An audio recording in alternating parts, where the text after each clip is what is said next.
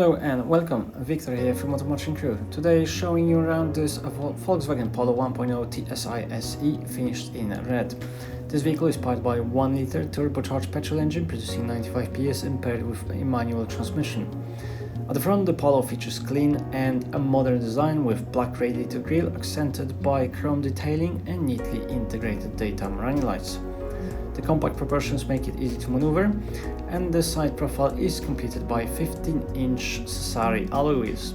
At the rear, the Polo continues its tidy styling with clear light clusters and subtle roofline, which enhances visibility. Around the back, the boot offers a practical load space, which is ideal for shopping, work bags, or weekend essentials. The variable load floor and 60/40 split folding seats allow added flexibility. Inside, in the rear cabin, passengers benefit from comfortable seating and good headroom for a car of this size, making it suitable for short trips or everyday journeys. Up front, the cabin feels solid and well laid out. The height-adjustable front seats help you find comfortable driving position, while quality materials and simple controls make the Polo easy to live with on day-to-day basis.